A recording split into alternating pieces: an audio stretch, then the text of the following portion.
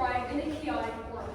Before anything is achieved, before we can get anything, before anything needs to be regarded, development and empowerment come first. In order to achieve solidarity, we need, not want, we need development.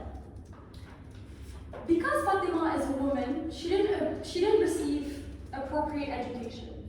Now, she can't get anywhere in the world. She can't get anywhere.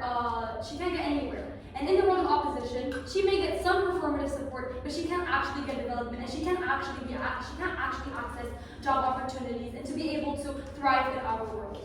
In our world, she will do her very best to, despite the hardships, get what she wants and get a strong position. Okay, now for the definitions. We're going to define what feminist movement is and what we mean when we say to promote the maximization of individual development and empowerment. Okay, what do we mean when we say feminist movement? It's a movement that came in response to gender inequality against patriarchal societies and advocating for more equity between men and women. And this is one of its very goals. It is a movement that has a lot of humans follow and even impactful associations. We would like to move on to our second definition, which is to promote maximization of individual development and empowerment. It is to make a person see and believe in his true capacity and power and get themselves out there to be able to show what they have. Okay, case split. So we will show you how women will get more power, and our second speaker will show how the impact is concrete. In our world, the impact is concrete rather than false narrative of change. Okay, moving on to my first argument. So, feminists encouraging women globally to maximize development and empowerment leads to several renewed opportunities. So women will be able to achieve higher posts and positions, and this overall empowers them altogether. In our world, it is an interconnected world. Without one, you cannot get the other. Without having empowerment first, you cannot get to solidarity, or true solidarity, to be able to empower women in our world. When you empower and motivate women to believe in themselves no matter where they are or no matter what their situation is, you make them believe in them and the power that they have. Whether it be a teenage girl in the US or a teenage girl in Afghanistan. The confidence boost and the empowerment in itself plays a very positive impact. I'll actually be taking the POI. Given that individuals have different interests and different values of what they actively want, is it more or less likely that the goals of the feminist movement will be hindered on your side of the house? Yes, we strongly think that they will be in our side of the house. Because in our side of the house, what are we striving for? What are we telling you today? That when we get women to believe in themselves, when we get women to see in the power that they have, when we get women to see what other women around the world can have, this not only gives them like a self-improvement, but they can also be able to show that confidence and be able to get themselves as active leaders in society. So what was I saying? What we are telling you is that when teenage girls see these other fellow girls gaining momentum, independence, they literally gain hope. They will support these other women, and these women will become their idol. And this is where the burden of solidarity comes in. Because of the empowerment of the females, the other will seek, support, and continue this positive cycle. Only this way, only in our world, will women be able to achieve factors that come afterwards, such as solidarity. And we would even like to give an example of Malala, which was a girl that grew up in Afghanistan and went against the Taliban. She showed other women around the world, and even Afghanistan women from lower countries who did not have as many opportunities, that you can get opportunities if you try. If you strive for it, you can get opportunities. Nothing is impossible. You just need to prove yourself, and you need to prove that individual empowerment is the most important. Panel. The impacts of our arguments are numerous. 1, women will be able to make more decisions in our world. 2, they will be perceived as more capable. 3, we achieve the feminist movement of empowering women. 4, we will be able to influence others around the world that nothing is impossible. 5, we will change the perspective society has on women and has had on women for such a long time. Panel, what are we telling you? On our side, we are out. Their benefits or their disadvantages we outweigh their disadvantages. In our world, we have more advantages for women. We have more opportunities. We have more confidence. Women will be able to achieve solidarity, but one step at a time. When you achieve independence first, then only can you get solidarity. Because we are not just creating a false narrative. Solidarity of what? In the realm of our world, hope is found. A better future is here, and women finally get the opportunities and the empowerment they need and deserve. Panel, in their world, this simply cannot exist. Let's move on to weighing. Because, especially in lower income countries, regardless of their social class, still they don't have access to opportunities, and the solidarity is merely superficial and performative. There is actually no concrete changes being made. There is no empowerment of the individual to be able to get solidarity. But in our world, what do you see? You see an interconnected world. You see a world that can strive on both grounds. You see a world where women are empowering themselves, they're empowering others around them, and all stakeholders are taken into consideration. Who are these stakeholders? We see the women, we see the feminist movements, and we see the wider society as a whole. Is this not what we all want? Is this not what we all want to see? We want to see the wider society changing their perspective on women, seeing that women are not just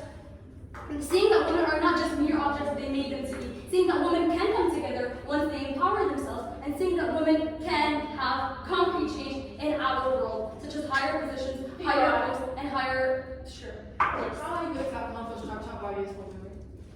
How are you going to account for structural barriers for women? How are we going to achieve structure? Account for structural barriers for women. Oh, well, obviously we're going to account for structure, because with empowerment, what does empowerment mean? We don't think you guys completely understood. Empowerment means being able to see your full potential and being able to throw yourself out there, to know that we women are not much different. We are not much different than men. We have the same opportunities. We don't have the same opportunities, but we need to strive for the same opportunities. We need to be structured in our thoughts. Panel, in their side of the world, they only have solidarity that is performative. We have women bettering themselves while solidarity is still present and will be able to just amplify itself. To win, they need to show us how maximizing women's development and empowerment is harmful, or simply that in their world, solidarity will be better. We want to ask you guys, how can you guys get solidarity if you don't have improvement, if you don't strive for individual growth, and if you don't strive for the empowerment of women totally to be able to influence other women around? And for all these reasons, we have never been prouder to propose. Thank you very much.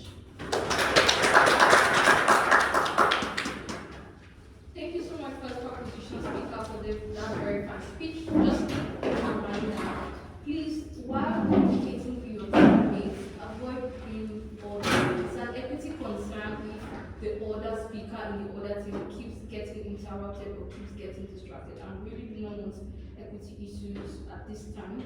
So be careful to sound muffled while you're speaking with your teammates. Just keep it reminder. Let's welcome the first. Great. So let's welcome the first opposition speaker. Now, here.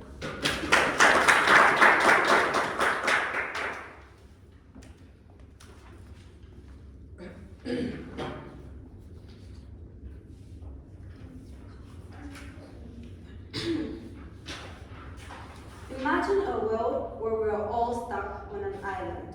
We're all trying to get off that island, because for far too long we have been starved and are cold. Now, instead of us to come together and cry out loud so that people in neighboring towns could hear us, we choose to sit in our own little spaces and cry silently, hoping that people see us. This sort of situation is what proposition is trying to propose, and we have never been more proud to oppose a debate. In today's debate, we are going to be doing three things largely. We are going to be doing some responses, some framing and characterization, and then I'll be moving on into my main argumentation. But my responses will be integrated into my arguments. On framing and characterization, the feminist movement has only limited resources that they can use to follow on solving one goal. Now we're going to show you why individualism cannot lead to solidarity. Individuals have different desires and have different definitions of what solidarity means to them. That means that what they want and what is important to them is very different. For example, white women have different needs to what black women may have.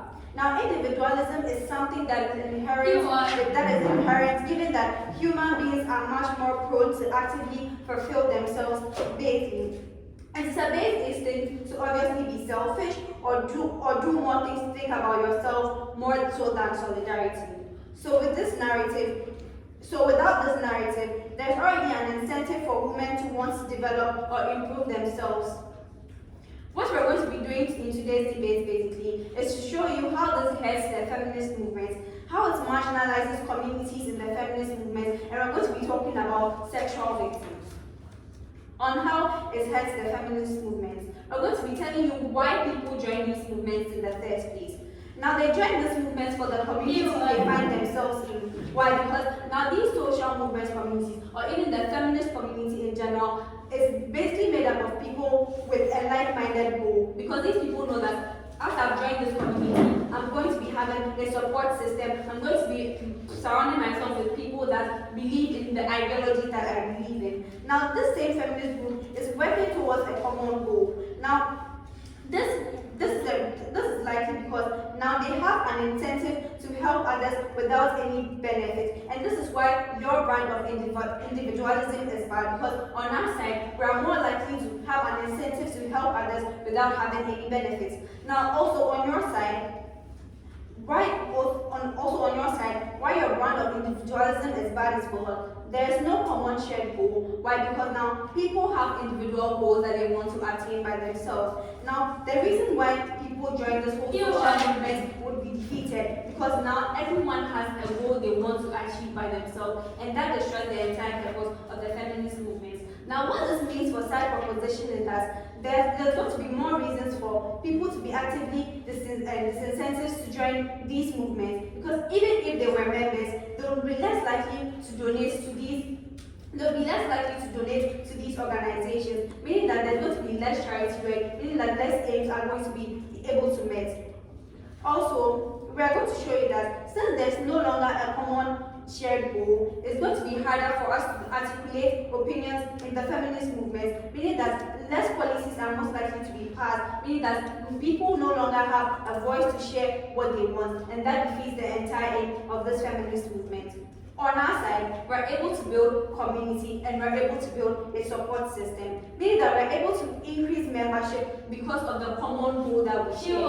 Now, more members is going to be equating to faster policy passing, and that is going to be able to help us achieve the solidarity that we want. Now, there's going to be more interest in solidarity in our community because more people are going to be dedicated to solving these issues. There's going to be more interest to give, there's going to be more interest to be charitable. Proposition came to tell us that before we are able to achieve this solidarity, there needs to be some amount of development. But I'm here to tell you that before you achieve any type of development, you need unity and you need solidarity. Because in a world where there's no unity and there's no solidarity, there is going to be chaos, meaning that there's going to be no development because the people in that area are not united enough for any developmental action to be taken. Why? Because they're going to be opposing all those motions, or they have individual goals that they want to achieve. So they will not be able to come to a common consensus to lead to that sort of development that you're trying to bring on your end. Also, you do not mechanize against the structural barriers that exist for development. So you need to show us how you translate that into policy making, given that these women can actively do what they want to be able to put themselves out there.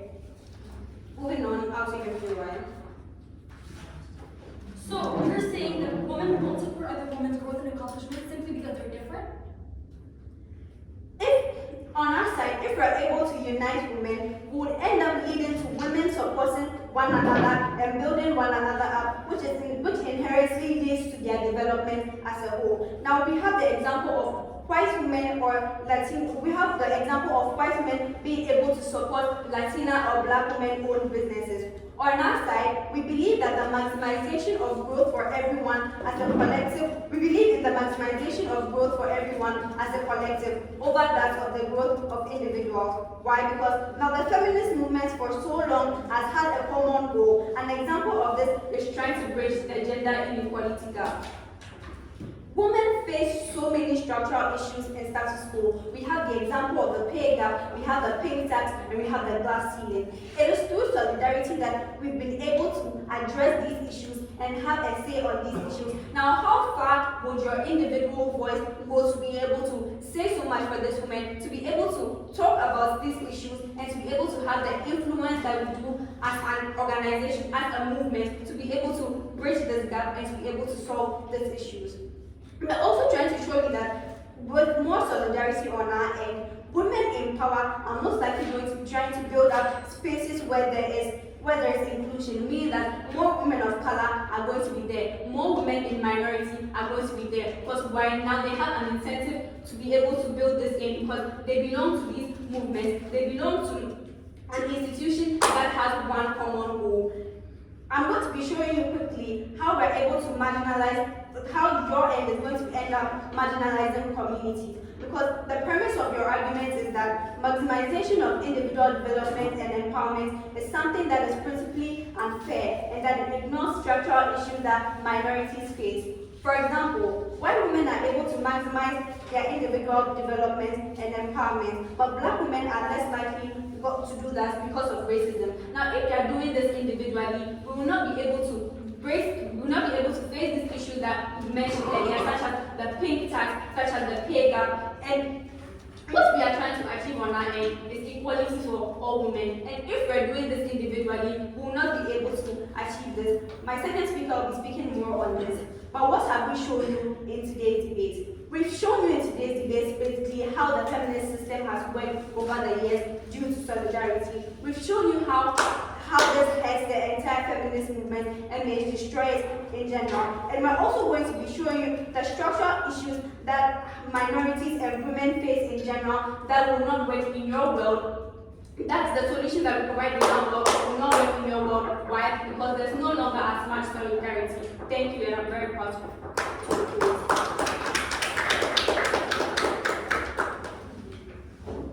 Thank you so much, First Opposition, for that very fun speech. Great. So let's welcome the second opposition speaker now. And also another reminder, please let's communicate with our teammates calmly so we don't distract the panel and the other speakers.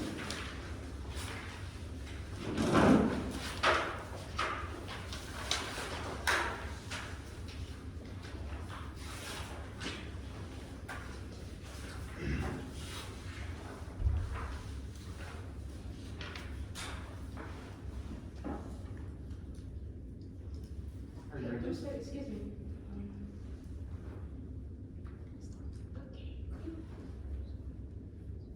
Is everyone ready? Just come. No, I need to like make you notice. Just come. Like come. Oh, yeah, she wants to talk.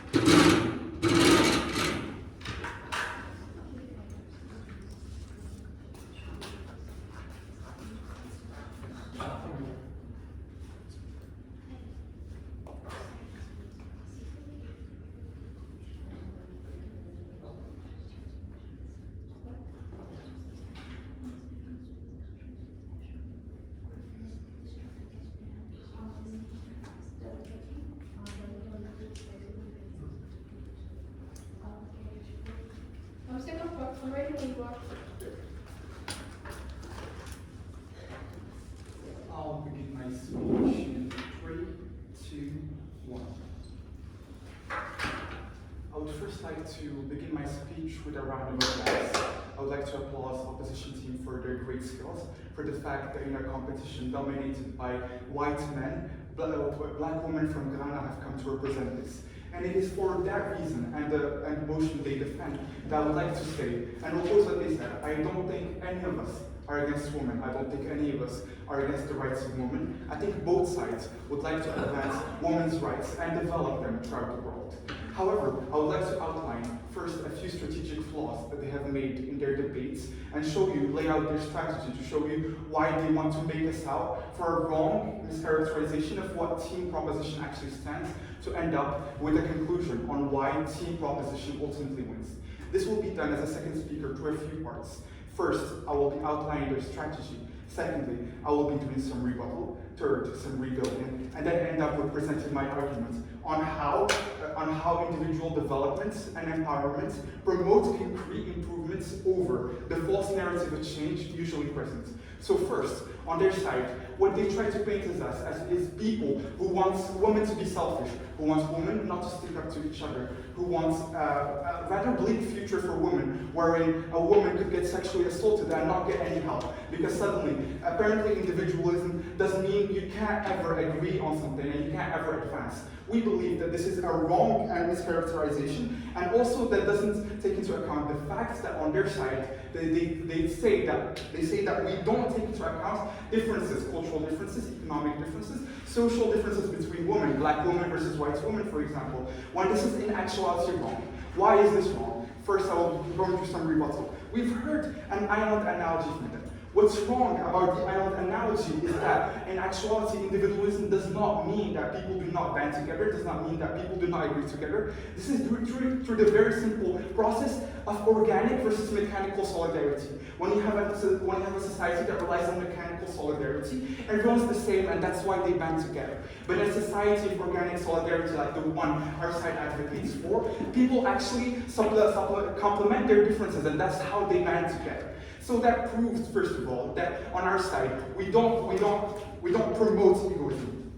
And then secondly, many of their arguments were also centered around the fact that if you have an individualized society, you can't have people actually come together and make decisions, most notably the feminist movement for this motion. We believe this is wrong. They say that individualism cannot lead to solidarity, but we've just proven through this process that that is in actuality wrong. And they proceed with the wrong assumption that humans are inherently selfish, when in actuality it has been the case for hundreds of years, that solidarity among women has been present. On our side, we don't believe that solidarity is a bad thing or that it is absent, but rather that it is not enough to fit the needs of whether it be black women in lower income countries, black women in higher income countries, or any other white women, or any other groups of women around the world, whether they, no matter their cultural, economic, or other differences.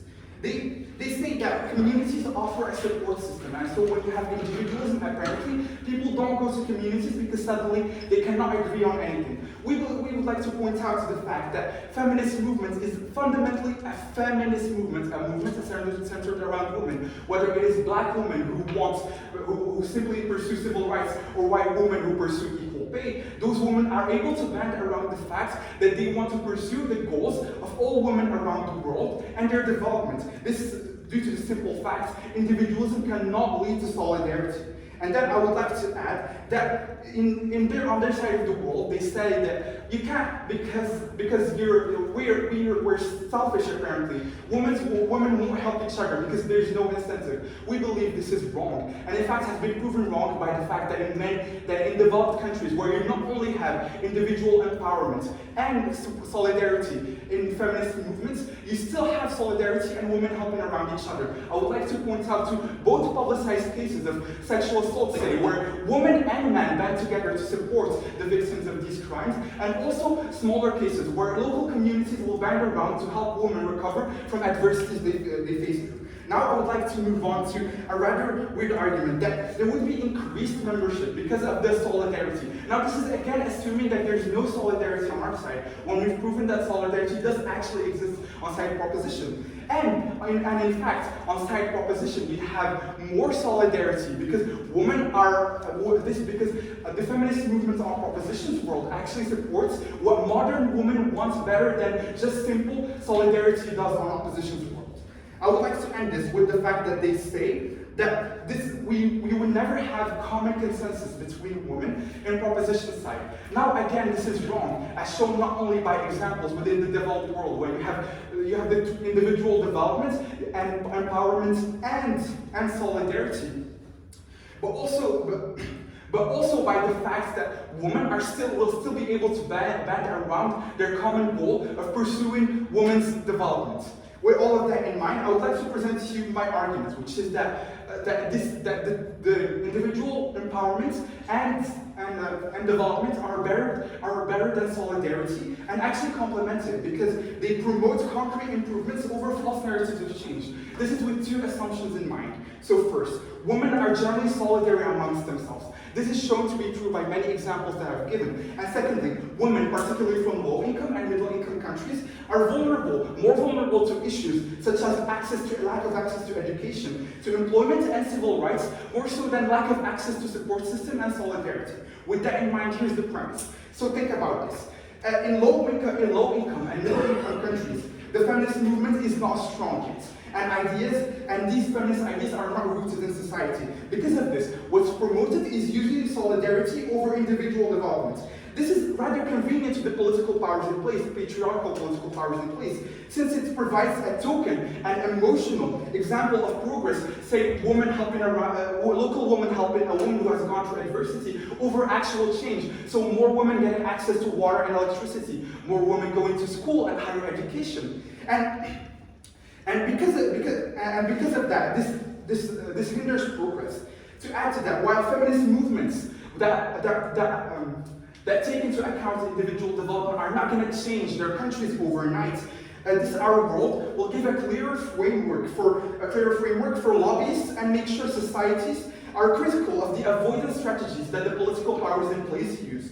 This has effects on three main stakeholders, which are namely women, the feminist movement, and wider society. So first, women. So think about this. Most often in low-income countries, which I'm focusing on, women will not even be exposed to feminist ideas. So you tell them, do you want civil rights? Do you want this? They're probably not going to tell you no. So exposing them to such ideas means that they have the awareness of what they need without the ideological weight of this false narrative that women sticking up for each other is enough, when actually more is enough. Political and economic change is what's needed, more than just narrative, more than just that. And second, no, not taking. And second, there's more effective campaigns and better allocation of the very limited funds that feminist movements usually have. This is because they have a clearer goals, and goals are actually going to help women better.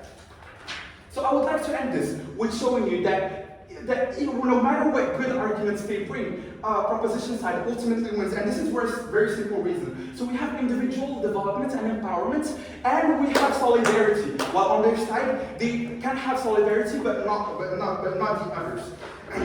And this is because feminist movements are not unchanging, but evolving. And for all those reasons, I am very proud to propose. Thank you.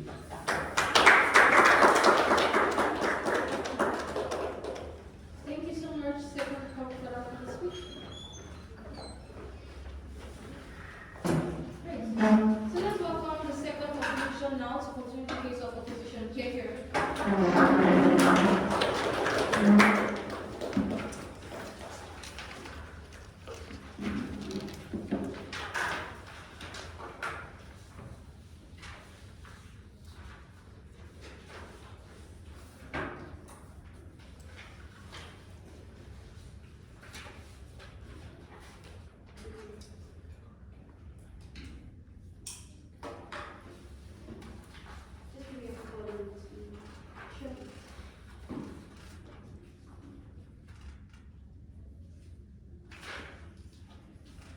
The feminist movement has hinged on solidarity and collective action for the development of rights for women. We think this policy of individualism undermines that, and we're so proud to oppose. So now a couple of responses to their argumentation before some reconstruction of what we got you from first, and also our points on minorities and sexual victims. So first on individualism, right? They tell you that individualism is going to lead to solidarity. We tell you this is untrue, because we think individuals in status quo already have an innate desire to want to succeed. They already have an active incentive to want to develop themselves. The thing is, with this narrative, what you do is you applicate that and you advertise it in a way that there's a trade-off, which is to say that you should prioritize actively developing yourself over solidarity to women, which means they cannot coexist.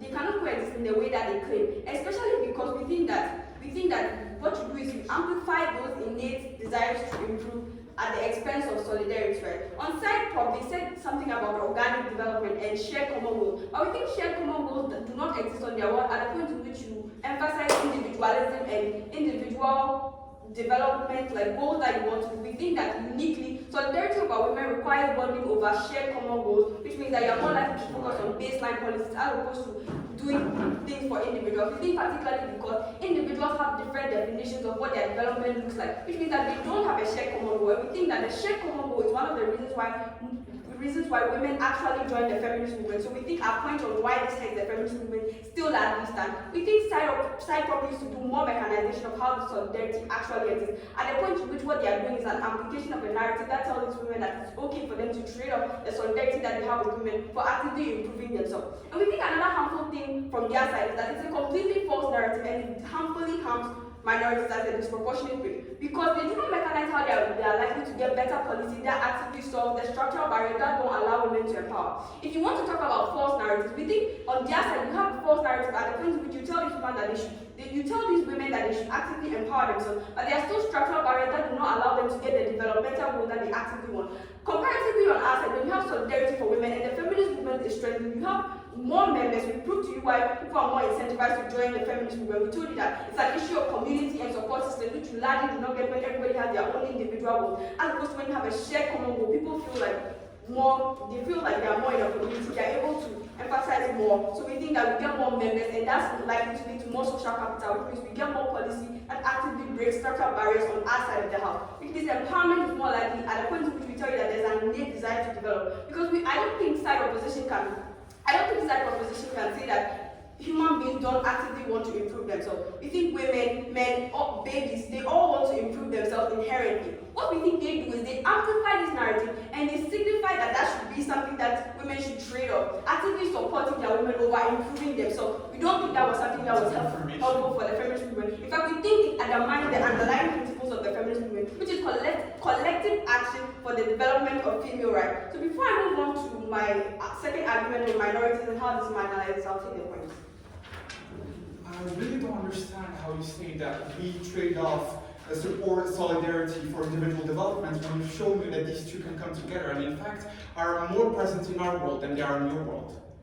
You never really showed how these two can come together, given that you didn't engage with structural innate reasons that we gave you. The only reason you gave for this was that people inherently have shared common goals and you didn't mechanize, given that you are literally telling them that they should pursue individual pursuits. At the point in which they pursue individual pursuits, they are less likely to have shared common goals. So that mechanism falls flat. We didn't really prove that. We don't think it stands in this debate, and solidarity is something that is more important. But moving on to my arguments, right? Okay, I want to engage them on the best level, which is that even if solidarity to some extent exists, given that they don't properly mechanize how they are going to actively break the structural barriers, right? Because we still think communities are likely to be more fragmented. So this is not contingent of solidarity not existing. It's like if there's some sort of solidarity and support for women, but not at the same level on our side, given that there's a trade-off, which means that solidarity is going to be less emphasized in their world. So even if you have that, you have a fragmentation at the point in which individual goals and individual pursuits are emphasized in the feminist movement, which means that largely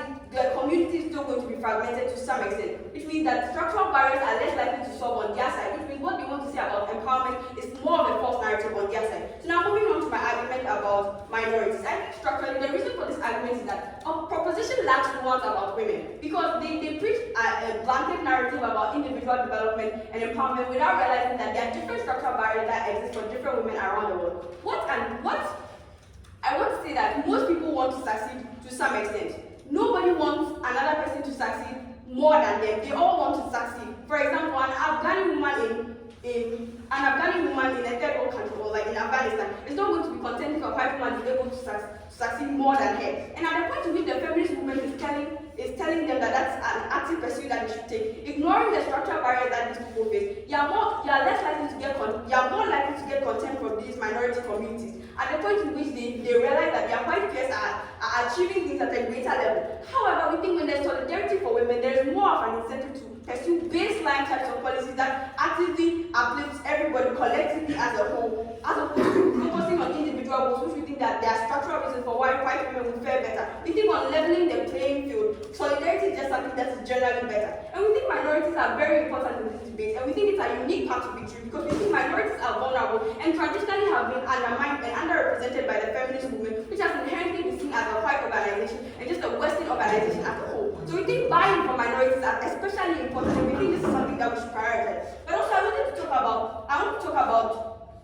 talk about specifically on sexual victims and women being less incentivized to help other women. So the premise of this argument operates in two extremes. First of all, let's go to the workplace. We think that at the point in which there are already individuals individual desires that exist in status quo. When you amplify this and you emphasize this as something that women should necessarily trade off as opposed to solidarity with other women, it is at that point where they are less likely to help other women in their workplace, where they are more likely to ignore them. And we think this is something that is very harmful, especially because patriarchal societies already stand against women. We think solidarity for women was an important framework for women to actively continue to pursue greater mobility and status quo. We think that is something that is very crucial in this debate. But then also on the Me Too movement and sexual victims, we think particularly solidarity is something that plays very big and has big delta in these types of movements, because we think solidarity emphasizes actively seeing like the shared goal that you have with this woman, actively pursuing gender equality. We think at the point in which you are more incentivized to care about this woman, when you have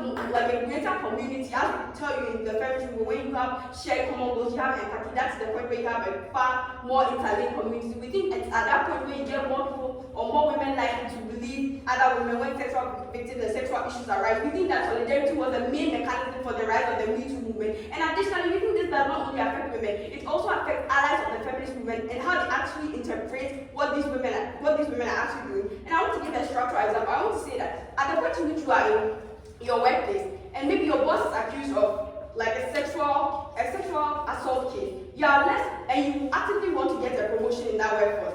Though you may have like some incentive to that because we told you that there's an innate desire, we think you are more likely to do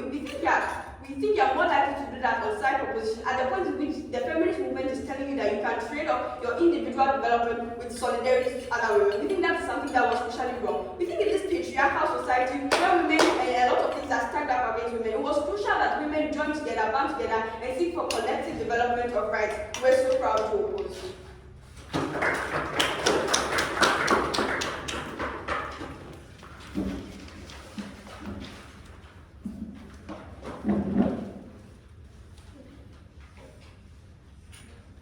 Alright, thank you so much, second opposition for that fine speech. Now let's have the third proposition to round up our substantive piece. Okay?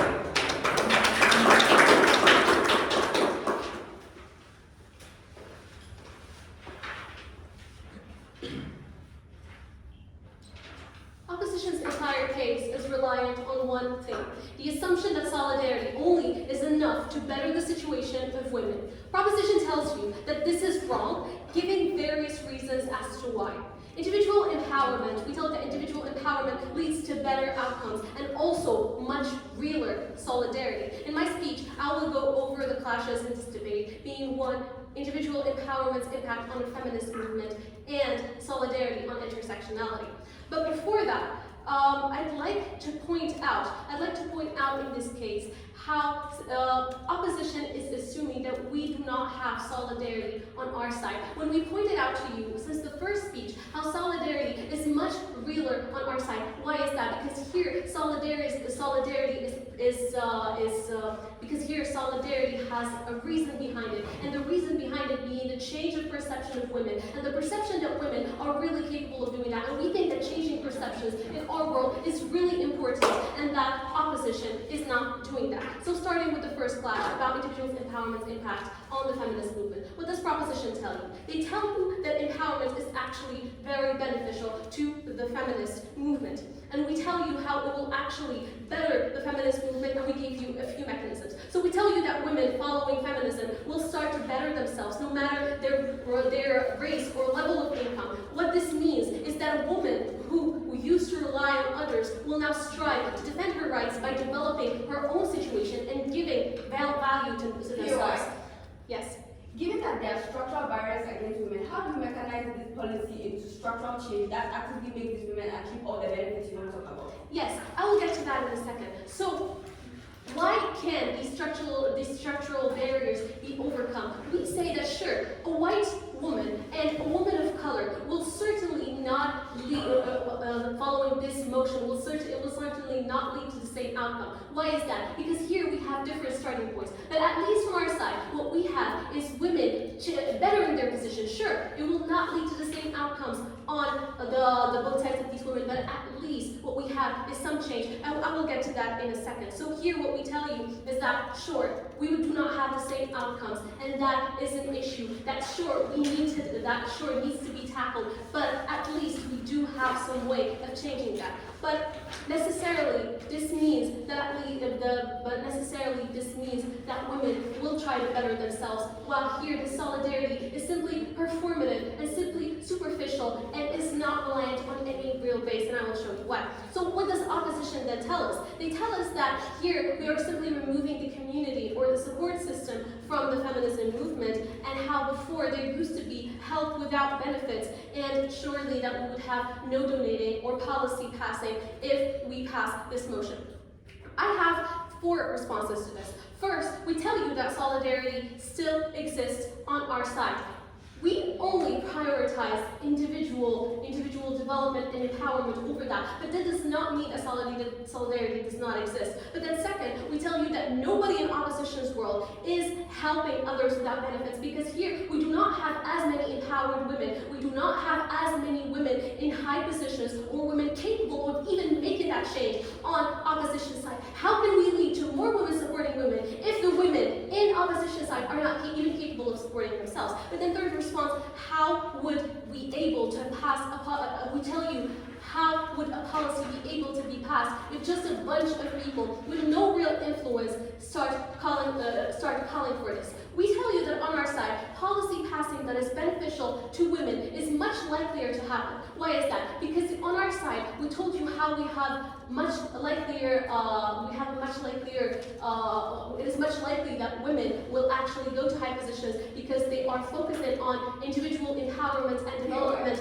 That would mean that they are getting the decisions and that they are getting more influence and that they are taking positions that were previously thought of as only reserved to men. So here, policy passing is actually more likely to happen on our side because we have more influential people who have feminism in their mind and who care about feminism.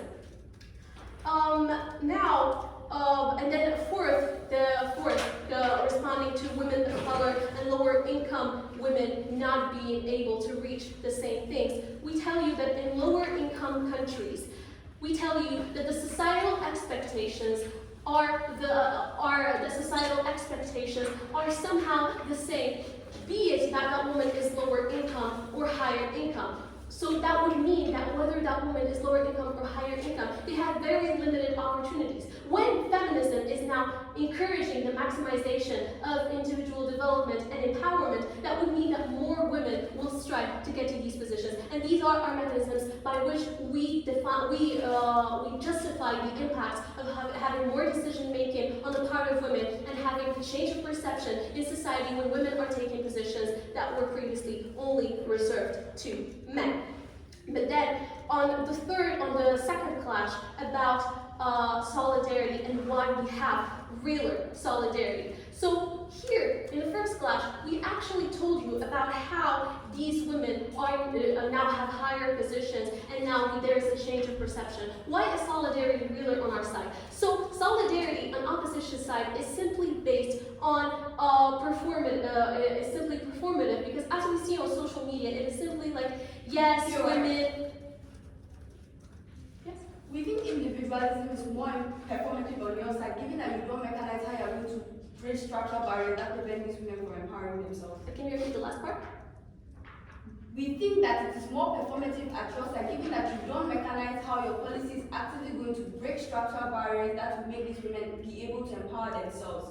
We actually just did that. We actually just mechanized why these barriers are highly likely to be dismantled on our side because we have more women who have the feminism cause at heart being in decision-making positions. We have more women who have other women at their heart in decision-making policies. What we say is that before we care about solidarity, we should first care about most women being able to at least have some opportunities and to at least having some women in decision-making policies. So we actually just did mechanize that. But now going back to why we have much realer solidarity on our side. Because our solidarity is actually very concrete when we have more policy passing as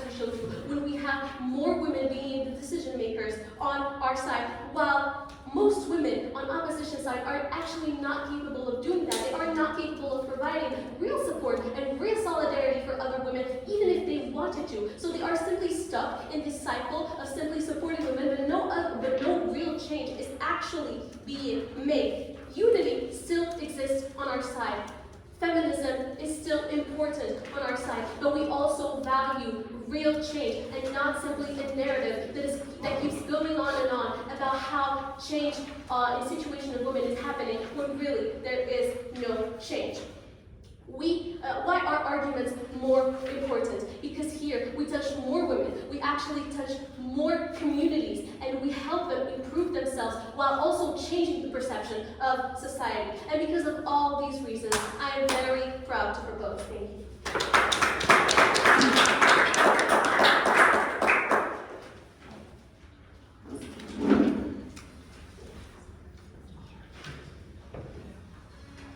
Right, sure. Thank you so much, Dr. Speaker, for that fine speech.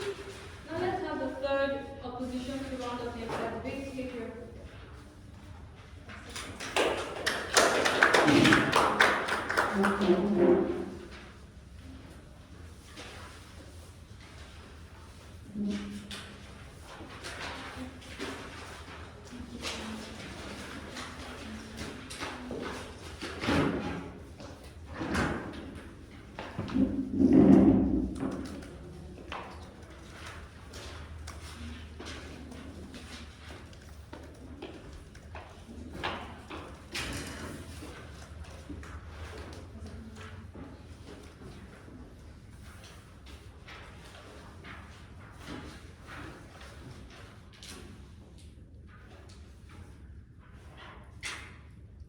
For far too long in society, women have been actively marginalized.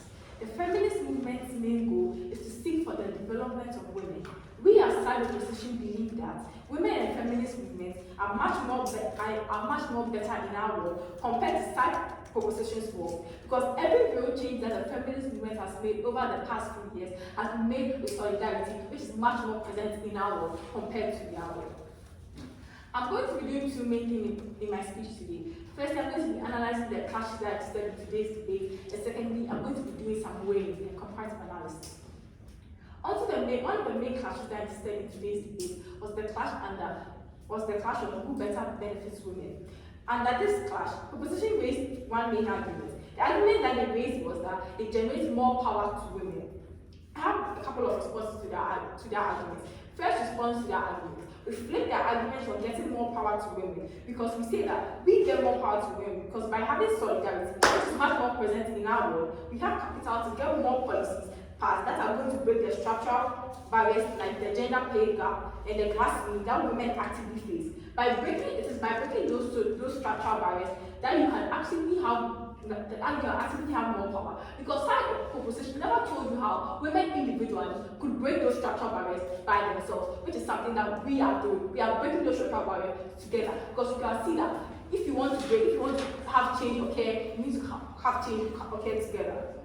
Second response to that argument of getting more power. And we believe that it is just not true, because in status quo Cameroon, women face many structural barriers like the class ceiling and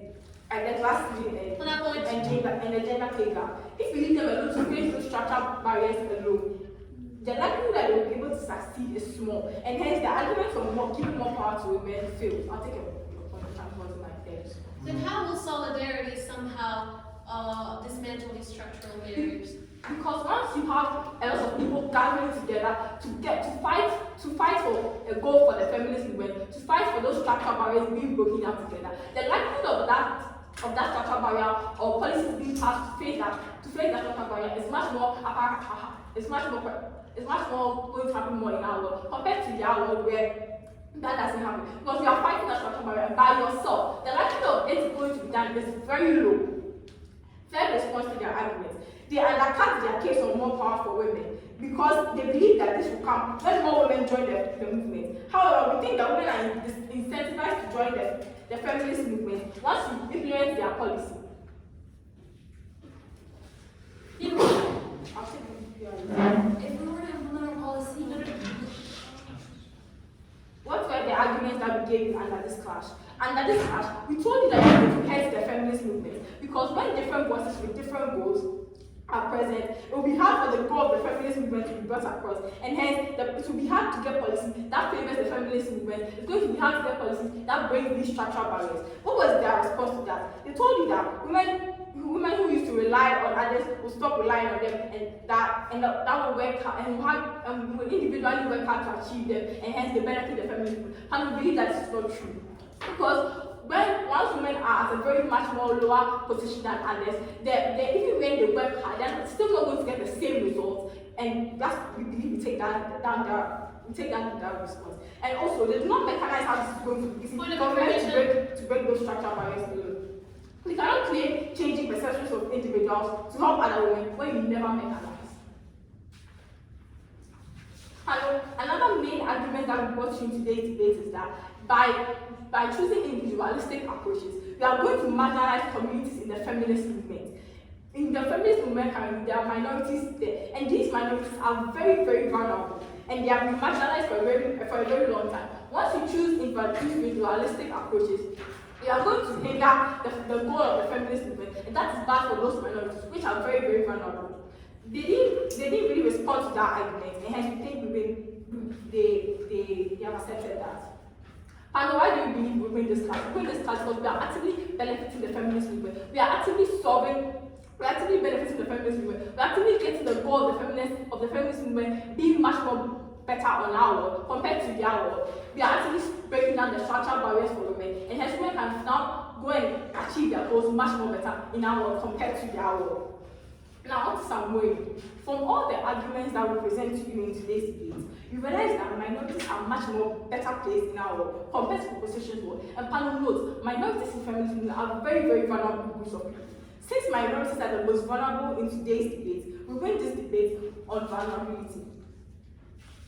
Also, you realize that from all the arguments that we provided to you, the women are benefiting a lot in the feminist movement. Not just a few people, and hence we win on scope, because a lot of women in the feminist movement are going to benefit. They don't show you how.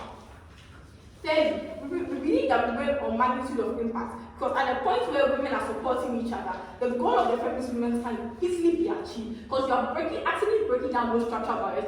So you get more political capital, for politicians to enact policy, because you realize that from history of time that for every policy that the feminist movement has ever enacted, they always had a lot of people supporting them, protesting, and that's how you get it. Once you choose an individualistic approach, that doesn't happen. I'll take your view, right? Who is more likely to help pass a policy? A big group of politically irrelevant women or a small group of influential women? We think that a big group of political irrelevant women. Do you know why? Because once you have those people actively protesting, it's going to solve that problem. You never know what are the incentives of these politically relevant women. As my first and second speaker told you, individuals have different perceptions. You don't really know whether individuals are going to be fighting for solidarity, and hence we believe that we are taking that, answered that PY of yours. Panel, we believe that we're going to today's debate because the arguments that we provided to you in this debate is actually bettering the feminist movement compared to side of propositions one, which is actually not. Five propositions wants women to face those structural barriers alone, which we told that it's going to be highly impossible for women to do that by themselves. Compared to our side, where you have a lot of people gathering and fighting for those structural barriers to be broken down, for women to actively change, for women to actively seek empowerment. Compared to their world, where that is not being done. Second, we told you that sexual assault victims and minorities are better positioned in our world because we are actually fighting for them. These people are sexual victims and people of gender-based or sexual violence assault victims. We told you that these people do not want support systems. These people want support. These people want people to listen to them. They want people to actually hear what they are talking about. You better find out more in our world compared to side propositions world where that is not being done, and that we believe wins us today's debate. We are also winning because on the clash on minorities. We believe that we are actively minorities are better placed in our world compared to their world, where minorities have no power. Minorities are facing these structural barriers alone. And that is going to be very hard for the goal of the feminist movement to be much more achieved in their world. Panel, we believe that we're going to get debate because we are favoring the feminist movement. We are actively solving the problem of marginalization in the feminist movement. We are actively benefiting from the feminist movement. And that's what we believe wins us this debate. A clear way for opposition. Thank you.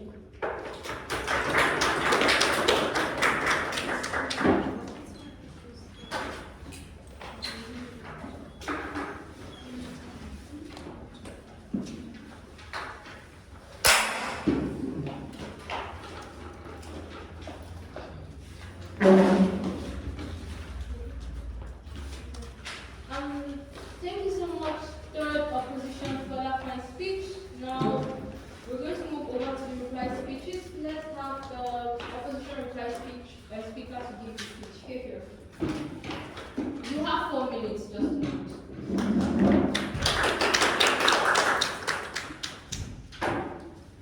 The feminist movement was hinged on women and allies taking collective action for the development of rights for women in general. For that reason, we're so proud to oppose. I'm going to be focusing on 4 paths to victory in my speech. First, on minorities. Second, on who strengthens the feminist movement. Third, on better policy. And fourthly, on support. So first, on minorities. I think there was no engagement whatsoever on the minorities, except when they say that at least to get some level of improvement for these women. But we told you structurally that that was the reason why minorities were less likely to buy into the feminist movement and more likely to feel marginalized. At the point in which you emphasize this individualistic pursuit of development as opposed to collective, general blanket policies that uplift women on an equal level. We think solidarity is crucially linked on equality. And that was the reason why we were so proud to oppose, because we think structurally on our side, comparatively, we get more baseline policies that put women on more of an equal footing, and even the goals and considerations of the feminist movement will be more egalitarian. And for that reason, we thought minorities were more likely to buy into the feminist movement. And the weight of this argument was we thought the feminist movement has a principal duty to actively ensure that these minorities buy into this movement, because the feminist movement had underrepresented them in the past. For example, the suffragettes and other things like that, meaning that the feminist movement is largely seen as a white organization. And we also think structurally these minority women or these women in lower positions tend to be the majority, especially if you want to talk about third world countries.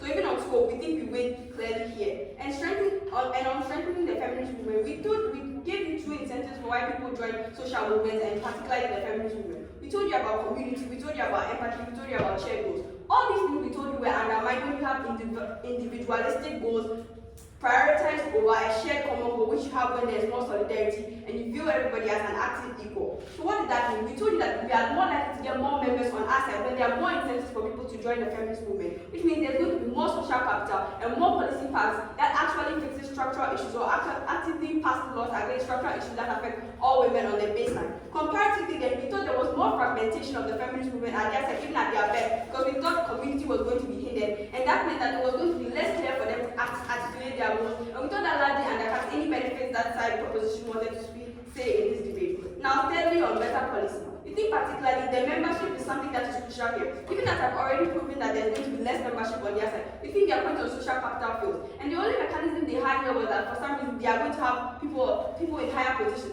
But given that we proved to you that even if we concede that like maybe people are structurally not going to have higher positions, which we don't think is even true, we still think that with membership we are more likely to get higher positions. And additionally, we think solidarity emphasizes the process of actively building up women, which means that they're going to have collective power at a higher scope than them, which means policy is more likely to be passed.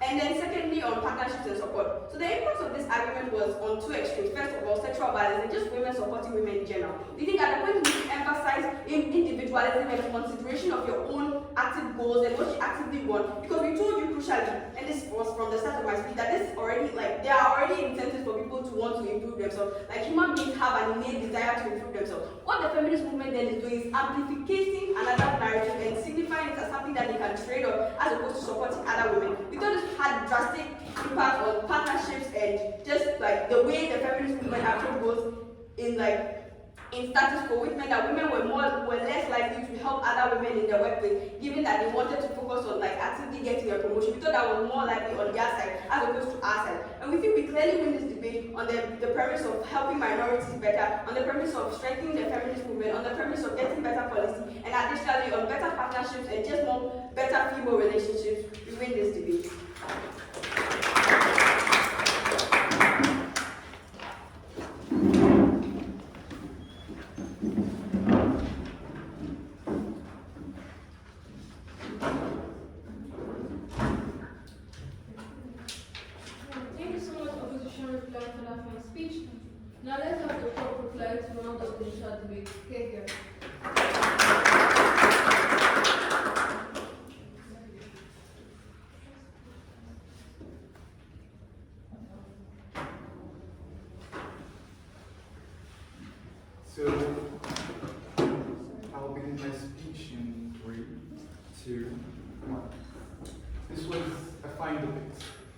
believe that in the end, despite their great arguments, proposition team slightly edges them out. And this is for a few reasons. First, I would like to give you their strategy and show you why it's fundamentally flawed. So, in focusing so much on the structural barriers and insisting that we haven't given a mechanism for how we eliminate those, they've actually forgotten to prove the essential thing they need to prove, their burden of proof in this notion, which is that solidarity is better than individual development and empowerment. And they've still failed to give a response to us saying that those supports and all of the benefits of support and solidarity that exist in their world are absent in our world, when we've proven once and once again that we have all of the benefits of the solidarity we present, and also extended benefits through better finances for women and better access to some of the things they need much more than that. So with that in mind, there are a few important clashes in this debate.